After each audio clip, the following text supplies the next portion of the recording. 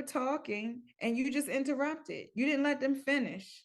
How do you feel when someone interrupts you, when someone doesn't let you finish your conversation?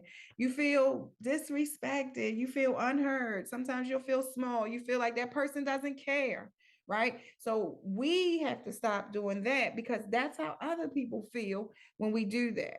Or if someone's, listening over there, don't interrupt the person that's listening to something else with what you have to say. You have to let them finish listening before you can begin talking. All right. So I always tell my mother, I get into it with her sometimes. I'll be like, listen, miss, a conversation is you talk, I answer, I ask, you answer, vice versa.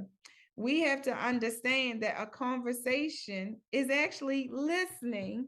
So we know, after we understand, we know how to respond, or we know when to respond when the other person stops talking. We don't have to interrupt when the person is supposed to be talking. All right. Sometimes your body language, or if you talk while a speaker is speaking, you kind of put the speaker on defense. So when someone's talking, kind of listening, actively listening, picturing their words, all of the skills that I just gave helps the speaker feel at ease, and then the speaker is not so much defensive. So if you ask a question during a consultation and you know it's like a bad answer, fix your face. Number one, as people always tell me, fix your face, fix your body language, and just listen attentively. Picture their words, understand what they're trying to tell you, but don't put them on defense. And this is a good one. How do we not cause conflict during a conversation? Don't be a topper. Y'all know what a topper is in a conversation? It's somebody can say, oh, I graduated number 3 in my class in high school. And then the other person says, oh, I graduated number 1 in my class.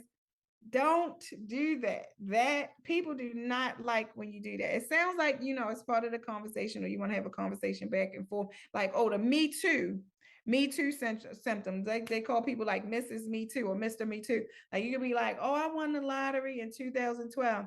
And somebody else say, oh, I won the lottery in 2015. Nobody asked you that. Hold on. I'm trying to give my side of the story now. I actually recently had this happen to me. I really wasn't trying to be a topper. I was kind of like being in the conversation, but the person felt like I was trying to be a topper. I was trying to let the person kind of understand and feel, oh, we have something in common. Nope, it didn't work. I was seen as a topper. So you gotta watch out for that. And that's an effective listening skill. Don't be a topper. Keep it in your brain. Oh,